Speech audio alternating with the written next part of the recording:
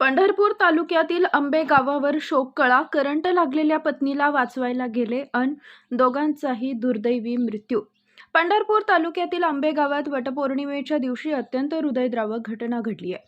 शेतातील पाण्याची मोटार बंद करण्यासाठी गेलेल्या शेतकरी दाम्पत्याचा विजेचा शॉक लागून जागीच मृत्यू झाल्यानं संपूर्ण आंबे गावासह पंचक्रोशीत शोककळा पसरली आहे. मिळालेल्या प्राथमिक माहितीनुसार आंबे परिसरात रविवारी रात्री मुसळधार पाऊस झाला होता.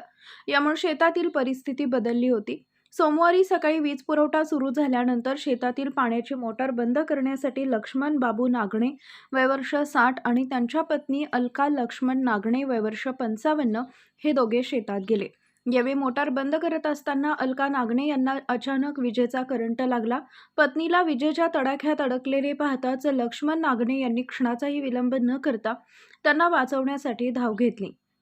मात्र त्यांनाही विजेचा जोरदार शॉक बसला. या भीषण दुर्घटनेत दोघांचाही घटनास्थळीच मृत्यू झाला.